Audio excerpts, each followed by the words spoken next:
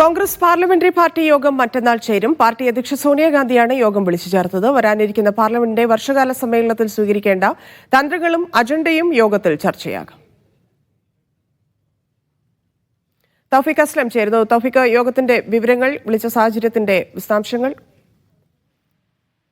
പിന്നെ Congress parliamentary party യോഗം മറ്റന്നാളാണ് ഡൽഹിയിൽ ചേരുക. പാർട്ടി അധ്യക്ഷ സോണിയാഗാന്ധിയാണ് പാർലമെന്ററി പാർട്ടി അധ്യക്ഷ സോണിയാഗാന്ധിയാണ് ഈ യോഗം വിളിച്ചു ചേർത്തിരിക്കുന്നത്. വരാനിരിക്കുന്ന പാർലമെന്റിന്റെ വർഷകാല സമ്മേളനത്തിൽ സ്വീകരിക്കേണ്ട തന്ത്രങ്ങളും അജണ്ടകളും ഈ യോഗത്തിൽ പ്രധാനമായും ചർച്ച ചെയ്യുമെന്നാണ് അറിയാൻ സാധിക്കുന്നത്. പഹൽഗാം ഭീകരാക്രമണം, ഓപ്പറേഷൻ സിന്ദൂർ, ഒപ്പം തന്നെ ബീഹാറിലെ വോട്ടർ പട്ടിക വിവാദം ഉൾപ്പെടെയുള്ള വിഷയങ്ങൾ ഉന്നയിക്കുമാണ് പ്രതിപക്ഷം ഇപ്പോൾ തീരുമാനിച്ചിരിക്കുന്നത്. ഇതുമായി ബന്ധപ്പെട്ടുള്ള ചർച്ചകളായിരിക്കും ഉണ്ടാവുക. കൂടാതെ അഹമ്മദാബാദ് റിപ്പോർട്ടിൽ വ്യോമയാന മന്ത്രിയുടെ മറുപടിയും ആവശ്യപ്പെട്ടേക്കും പ്രതിപക്ഷം. അതുമായി ബന്ധപ്പെട്ടുള്ള ചർച്ചകളും ഉണ്ടാകുമെന്നാണ് ലഭിക്കുന്ന വിവരങ്ങളൊപ്പം ഈ ശശി തരൂർ എംപിയുമായി ബന്ധപ്പെട്ട് ഉയർന്നു വന്ന ആരോപണങ്ങളും വിവാദങ്ങളും ഒന്നും ഈ യോഗത്തിൽ ചർച്ചയാവില്ല എന്നുള്ള വിവരം കൂടി ലഭിക്കുന്നു.